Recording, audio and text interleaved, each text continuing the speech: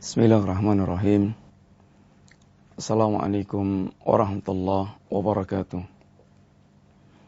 Innal hamdalillah wassalatu wassalamu ala Rasulillah wa ala alihi wa ashabihi wa mawalah. Wala haula wala quwata illa billah, amma ba'd. Alhamdulillah, para pemirsa yang rahmati Allah Subhanahu wa taala.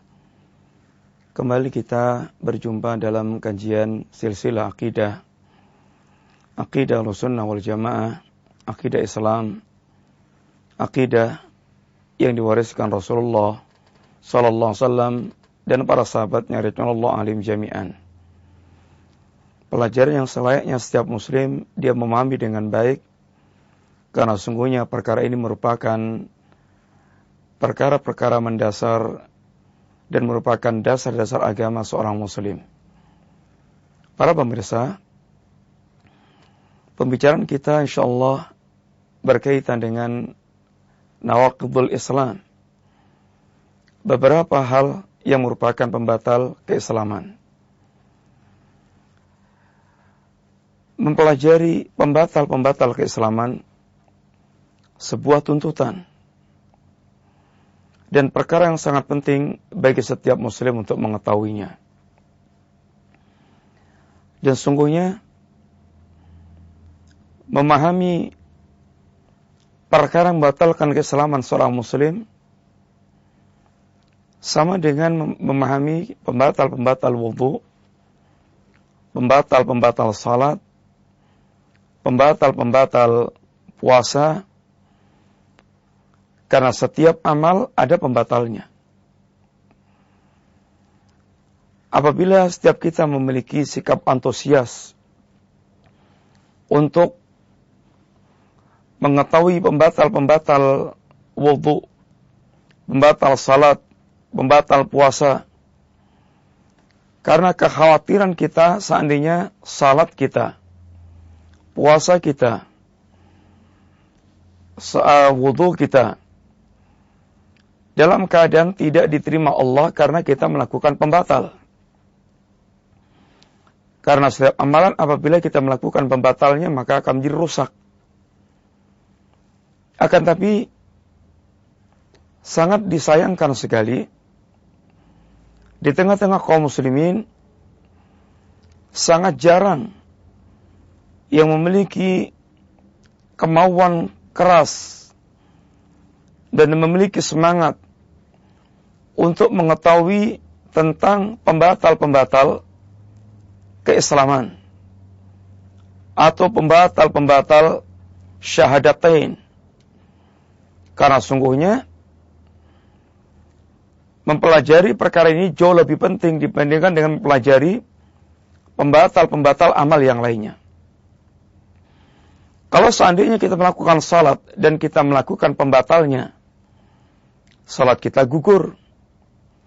Akan tapi kita masih menjadi seorang muslim.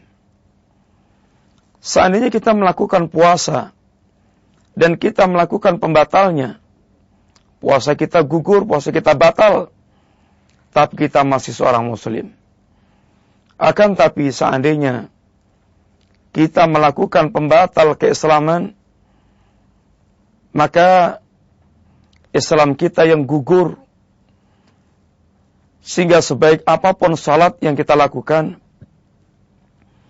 sebaik apapun puasa yang kita lakukan, dan amal apapun yang kita laksanakan berkaitan dengan agama ini, maka dengan batalnya keislaman kita, seluruh amal yang kita lakukan menjadi tidak bermakna. Para pemirsa yang rahmati Allah Subhanahu wa taala, sungguh ketika kita mempelajari pembatal Islam, bukan tujuan kita untuk gampang menghukumi orang lain menjadi kafir. Perkara ini sangat pelik.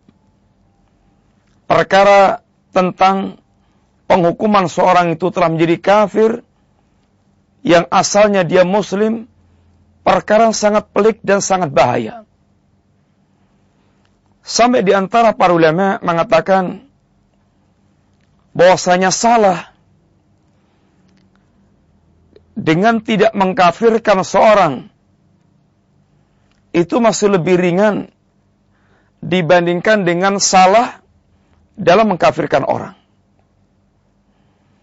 Karena menjatuhkan vonis kafir kepada seorang memiliki kelaziman-kelaziman yang sangat banyak. Kalau dia seorang yang telah bersuami istri, maka ketika telah divonis dia kafir, dia wajib berpisah antara suami istri. Dia tidak berhak dikuburkan di kuburan kaum muslimin. Dia tidak lagi berhak untuk disalatkan. Dan kelaziman-kelaziman yang lain yang sangat banyak. Para pemirsa, para ulama kita paling hati-hati berkaitan dengan masalah menjatuhkan vonis takfir. Ini vonis tentang pengkafiran, vonis kafir kepada seseorang. Karena di sana adanya syurut, berbagai macam syarat yang harus terpenuhi orang itu dikafirkan. Dan demikian pula adanya mawani, perkara-perkara yang menjadi penghalang seorang itu untuk dikafirkan. Dan ini membutuhkan tentang kedalaman ilmu dan tentang kuatnya seorang di dalam memahami kaidah-kaidah. Dan ini adalah tugasnya para qadhi, tugasnya para ulama yang rasikh fil ilmi, yang sangat kokoh dalam masalah ilmu. Akan tapi mengetahui beberapa pembatal Islam, para pemirsa yang dirahmati Allah Subhanahu wa taala, sesuatu yang sangat tertuntut bagi kita. Dalam rangka agar jangan sampai kita terjatuh ke dalam perkara-perkara yang sangat membahayakan keislaman kita ini, sedangkan kita tidak mengetahui yang dikhawatirkan kita terjatuh di dalamnya dan kita tidak sadar. Maka mengetahui jalan-jalan keburukan semisal ini, pembatal-pembatal Islam, sebuah tuntutan. Dan bahkan merupakan bagian apa yang diajarkan oleh Al-Quran. Walitastabina sabilul mujrimin. Ketika Allah memaparkan jalannya orang-orang yang rusak, orang kafir, orang musyrik, orang mujrim, agar dengan pemaparan itu kita mengetahui tentang jalannya orang-orang yang rusak, orang-orang yang menyimpang. Oleh karena itulah di antara yang dikatakan oleh sahabat Hudzaifah bin al-Yaman, beliau di antara mengatakan, kana nas yas'aluna Rasulullah sallallahu alaihi wasallam anil khair wa kuntu as'aluhu 'anil syarr makhafata ayudrikani. Kebiasaan orang mereka bertanya kepada Rasulullah SAW tentang kebaikan, dan tentu ini merupakan kebaikan dan kebutuhan. Akan tapi aku, kata Hudzaifah, tentu selain bertanya tentang kebaikan, aku suka bertanya kepada Nabi tentang keburukan. Apa tujuannya? Makhafata ayudrikani. Aku khawatir seandainya menjumpai keburukan dalam keadaan tidak mengetahui itu sebagai keburukan, kemudian bisa bisa terjerumus dalam perkara tersebut dalam keadaan tidak mengetahuinya. Demikian pula bagaimana sahabat Umar Ibn al-Khattab radhiyallahu anhu, beliau pun pernah mengatakan, yushiku tunqadu ural Islam urwatan idza nasha'a fil islami man la ya'riful jahiliyah. Tunqadu ural Islam urwatan. Akan terurai tali Islam ini seutas demi seutas. Ibaratnya merupakan pintalan tali temali. Pintalan tali temali Islam itu akan bisa udar seutas demi seutas. Kapan? Idza nasha'a fil Islam man la ya'riful jahiliyah. Apabila di tengah-tengah kaum muslimin ini muncul orang-orang yang mereka tidak memahami perkara jahiliyah. Para pemirsa yang dirahmati Allah Subhanahu wa taala. Demikian pula sifat mengkhawatirkan diri terjerumus dalam perkara-perkara yang akan menghancurkan agamanya merupakan sifatul mukminin. Lihatlah Nabiullah Ibrahim alaihissalatu wassalam. Bagaimana orang sekelas Nabiullah Ibrahim yang digelari dengan Imamul Muwahhidin, Imam Ahli Tauhid, yang digelari dengan Abul Anbiya, bapaknya para nabi. Bagaimana Ibrahim telah menunjukkan loyalitas kepada Allah Subhanahu wa taala yang sangat jelas. Bagaimana Ibrahim kerasnya terhadap perbuatan syirik dan ahlu syirik. Akan tapi renungkan satu di antara doa Nabiullah Ibrahim alaihissalatu wassalam, wajnubni wa baniya an na'budal asnam. Ya Allah, jauhkan aku dan anak turunku dari menyembah kepada berhala. Orang sekelas Ibrahim masih mengkhawatirkan dirinya dan anak turunnya dari terjerumus dalam penyembahan kepada berhala. Ini menunjukkan kekhawatiran Nabiullah Ibrahim. Seandainya Nabiullah Ibrahim orang yang demikian itu mengkhawatirkan dirinya, maka siapa lagi yang lebih merasa aman setelah Nabiullah Ibrahim alaihissalatu wassalam? Kalau Nabiullah Ibrahim mengkhawatirkan dirinya, tentu yang lainnya min babil aula, lebih-lebih harusnya lebih mengkhawatirkan dirinya dari terjerumus dalam perkara-perkara yang akan menghancurkan agamanya. Para pemirsa yang dirahmati Allah Subhanahu wa taala. Sungguh ini sangat penting untuk kita betul-betul mengetahui, untuk betul-betul memahami bahwasanya sangat perlu kita mengetahuinya. Dalam rangka untuk menghindarkan diri kita terjerumus dalam perkara yang sangat membahayakan. Bukan pada sebagian amalan kita, tapi sangat membahayakan dalam keseluruhan amal yang kita lakukan. Para ulama ketika membahas tentang nawaqidul Islam, pembatal-pembatal Islam, dalam kitab-kitab lama dikenal dengan Kitabur Riddah. Ini pembahasan yang berkaitan dengan amal-amal yang menjadikan seorang murtad, sehingga rusak dan hancur keislamannya, sehingga dia keluar dari Islam dengan amal-amal tersebut. Seorang alim, mujaddid, al-imam, al-muslih, seorang alim, seorang mujaddid, seorang imam, seorang melakukan pembaharuan dengan mengembalikan kepada kemurnian Islam. Syekh Muhammad At-Tamimi rahimallahu ta'ala, beliau membawakan dalam pembahasan nawaqidul Islam bahwasanya nawaqidul Islam asyrah, ada 10 perkara amalan-amalan yang akan membatalkan keislaman seorang. 10 perkara itu, yang pertama, asyirku fi ibadatillah. Perbuatan kesyirikan dalam ibadah kepada Allah Subhanahu wa taala. Yang kedua, man ja'ala bainahu wa bainallahi wasa'il yad'uuhum wa yas'aluhum asy-syafa'ah wa yatawakkalu 'alaihim. Orang yang mereka menjadikan antara dia dengan Allah wasa'id, perantara dalam masalah ibadah.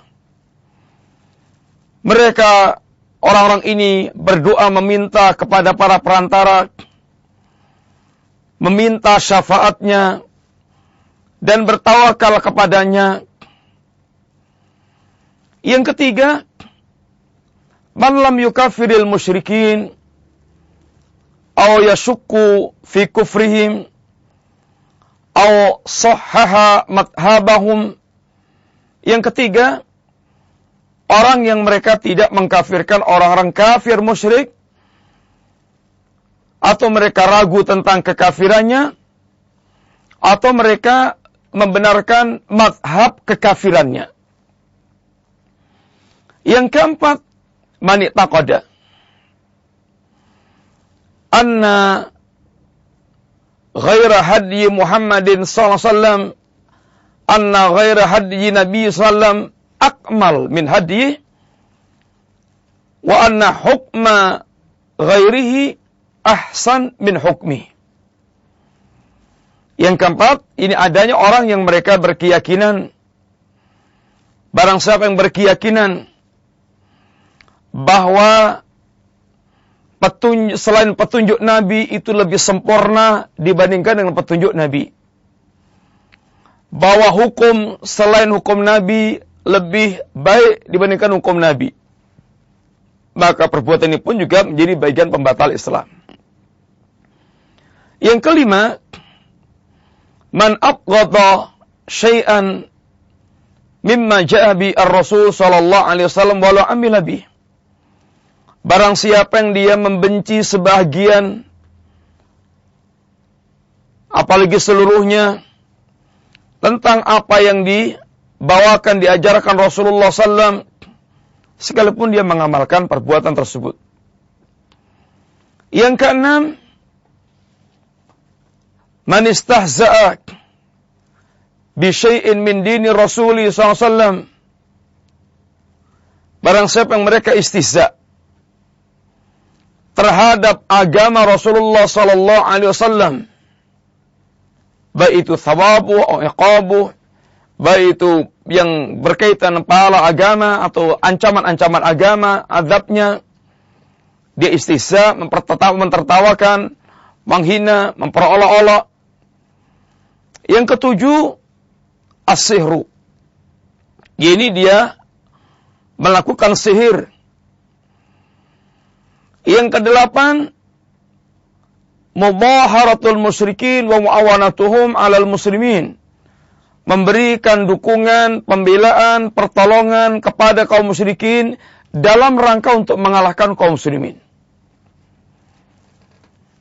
Yang kesembilan, man i'taqada anna ba'dhan nas. Barang siapa yang mereka berkeyakinan bahwasanya ada sebagian orang yasauhu an syariati Muhammadin SAW kama wasal hidru an syariati Musa alaihissalatu wassalam. Apabila ada orang berkeyakinan bahwasanya ada orang yang mereka boleh keluar dari syariatnya Rasulullah sallallahu alaihi wasallam, sebagaimana Khidir yang dianggap lepas dari syariatnya Nabiullah Musa alaihissalatu wassalam. Yang ke-10, al-i'rab an dinillah la yata'allamu wa la ya'malu bih. Orang yang mereka berpaling dari agama Allah Subhanahu wa taala, baik dengan cara dia tidak mempelajari sama sekali atau dia tidak mengamalkannya. Para pemirsa, ini 10 perkara yang dibawakan oleh Al-Imam Asy-Syaikh Al-Mujaddid Al-Muslih Syekh Muhammad At-Tamimi rahimallahu taala.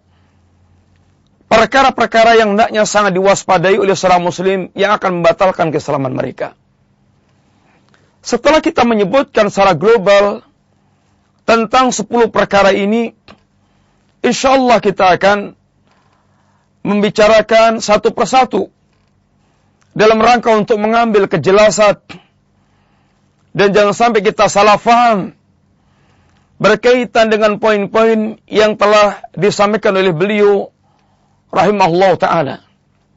Sekali lagi, yang harus kita garis bawahi, garis atasi, kita pertebal, bahwasanya tujuan kita mempelajari nawaqidul Islam bukan dalam rangka untuk memberikan cap hukuman kepada orang lain, Anda kafir, akan tapi dalam rangka untuk menyelamatkan diri kita, agar kita mengetahui persis amal-amal yang akan bisa menjadikan seorang dia rusak Islamnya, sehingga kita pun bisa selamat dalam beragama. Mudah-mudahan demikian sampai kita menghadap Allah Subhanahu wa taala.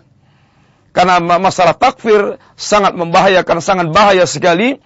Sebagaimana gerakan takfir ini gerakan yang sangat membahayakan dari awal sampai akhir, sampai pada zaman kita sekarang ini. Khawarij, bagaimana bibit Khawarij Dzul Khuwaisirah telah berani mencela Rasulullah sallallahu alaihi wasallam. Sebagaimana Khawarij di zaman kita, mereka mencela para ulama. Mencela para ulama-ulama kibar, ulama-ulama al-hadis. Khawarij, mereka telah keluar dari kekuasaan dari pemerintahan Ali bin Abi Thalib. Maka Khawarij di zaman sekarang ini, demikian pula di antara ciri khas mereka, menentang para penguasa kaum muslimin. Mereka khuruj, mereka keluar melakukan pemberontakan. Khawarij, mereka telah menghalalkan darahnya kaum muslimin. Sebagaimana Khawarij di zaman sekarang, berangkat dari takfir pula, mereka tumpahkan darah-darah muslimin dengan alasan mereka jihad fisabilillah dan semisalnya. Khawarij, mereka pula bagaimana telah mengkafirkan para pelaku dosa besar dari kalangan kaum muslimin. Maka Khawarij di zaman sekarang ini pun juga demikian. Maka Masya Allah, perkara-perkara yang sangat besar yang perlu untuk kita betul-betul fahami tentang perkara itu. Jangan pernah sampai kita tergelincir, jangan sampai kita pernah terpeleset, dan bagaimana kita selalu dalam bimbingan para ulama, para imam, ahlu sunnah, sehingga kita lurus dalam memahami agama Allah Subhanahu wa ta'ala. Para pemirsa yang dirahmati Allah, mari kita bicarakan satu persatu. Yang pertama, di antara nawaqidul Islam adalah asyirku fi ibadatillah. Kesyirikan dalam peribadatan kepada Allah Subhanahu wa ta'ala. Yang pertama ini tentu yang dimaksudkan oleh Syekh Muhammad bin Abdul Wahab bukan hanya syirik dalam ibadah kepada Allah, akan bahkan keseluruhan kesyirikan. Keseluruhan kesyirikan. Kalau kita telah belajar ada tauhid rububiyah, ada tauhid uluhiyah, atau tauhidul ibadah, ada tauhid al-asma wa sifat, maka sesungguhnya kesyirikan pun juga meliputi 3 perkara itu. Ada syirik dalam hal rububiyah, ada syirik dalam hal uluhiyah, ada syirik dalam hal asma wa sifat. Syirik dalam hal rububiyah contohnya keyakinan mereka adanya pencipta selain Allah Subhanahu wa taala. Apa ada yang memiliki keyakinan demikian? Ya banyak. Ada yang sang pencipta selain Allah, ada yang sang pengatur selain Allah, ada yang sang pemilik selain Allah Subhanahu wa taala. Kalau dalam agama Hindu kita mengenal ada dewa itu, ada dewa Brahma, ada dewa Wisnu, ada dewa Shiva. Dewa Brahma yang mencipta, dewa Wisnu yang memelihara, dewa Shiva yang merusak. Kemudian dalam keyakinan kaum muslimin dikenal dengan wali akhtab. Wali akhtab. Wali kutub. Wali akhtab.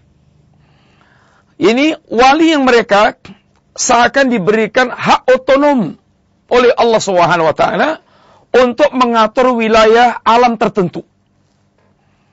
Sehingga orang pun mengharapkan dan meminta para wali-wali tersebut. Ini di kalangan kaum muslimin, di kalangan para sufiyah. Sebagaimana orang-orang yang mereka memiliki keyakinan ittihadiyah, hululiyah, manunggaling kaula Gusti. Kalau dulu Fir'aun mengeklaim ana rabbukumul a'la dan tentu merupakan asyirku billah, maka di kalangan kaum muslimin di antara keyakinan sufi ada akidah hululiyah, ittihadiyah, bersatunya Allah dengan makhluk sehingga Allah ya saya ya Allah. Ini keyakinan sufi yang ada di tengah-tengah kaum muslimin. Dan ini merupakan kerusakan dalam masalah rububiyah. Demikian pula keyakinan-keyakinan yang berkaitan dengan rububiyah Allah yang lainnya. Demikian pula syirik dalam hal asma wa sifat. Syirik dalam hal nama-nama dan sifat Allah Subhanahu wa taala. Penyandang sifat yang sempurna hanya Allah Subhanahu wa taala. Apabila ini dia nisbatkan kepada makhluk, maka dia telah melakukan syirik dalam hal sifat Allah. Satu contoh, sifat alim, berilmu adalah milik Allah Subhanahu wa taala, dan ilmu Allah adalah ilmu yang sempurna, yang tidak diawali dari bodoh, yang tidak mengalami lupa, yang ilmu Allah meliputi segala-galanya, yang lalu, yang akan datang, sesuatu yang terjadi maupun yang tidak terjadi, yang tidak terjadi seandainya terjadi bagaimana, ini semuanya dalam ilmu Allah Subhanahu wa taala. Sebagaimana pun Allah jelaskan bagaimana Allah mengetahui tentang berapa banyaknya daun yang jatuh pada saat ini, semuanya dalam pengetahuan ilmu Allah Subhanahu wa taala. Sehingga ilmu Allah adalah ilmu yang detail, mengetahui segala-galanya. Allah meliputi ilmunya semuanya, yang global maupun yang detail, semuanya adalah ada dalam ilmu Allah Subhanahu wa taala. Apakah kita tidak boleh mensifati makhluk itu juga dengan alim, berilmu? Boleh. Akan tapi ilmunya makhluk berbeda dengan ilmunya Allah Subhanahu wa taala. Ilmunya makhluk berawal dengan tidak tahu. Ilmunya makhluk mengalami kerusakan, bahkan ada orang pikun sampai hilang ilmunya. Ilmunya makhluk, ada yang mereka ini sangat terbatas, tidak menjangkau segala-galanya, sehingga bahkan semakin dia dalam ilmunya, semakin bodoh dia dengan yang lainnya. Para pemirsa, di tengah-tengah kaum muslimin ada yang mereka memiliki keyakinan bahwasanya imam, di antara keyakinan Syiah, di antaranya imam, ilmu mereka meliputi segala-galanya. Ilmu mereka mengetahui segala-galanya, sempurna. Sebagaimana sufi pula, bahwasanya yang keyakinan mereka tentang wali, bahwasanya wali ilmunya lebih sempurna dibandingkan dengan Rasul. Ibaratnya kalau Rasul adalah ilmunya pinggiran, maka wali adalah ilmunya sampai menyelam di dalam lautan, sehingga menguasai hakikat segala perkara. Ini kenyataan yang ada di tengah-tengah kehidupan manusia. Maka sungguhnya syirik adalah ada dalam hal rububiyah, ada dalam hal uluhiyah. Akan tapi Syekh Muhammad At-Tamimi rahimallahu ta'ala dalam bab ini mencukupkan dengan mengatakan asyirku fi ibadatillah. Kenapa? InsyaAllah akan kita lanjutkan pada pembahasan akan datang bismillah. Mudah-mudahan manfaat. Wa sallallahu ala nabiyyina Muhammadin wa ala alihi wa sahbihi wa sallam. Assalamualaikum warahmatullahi wabarakatuh.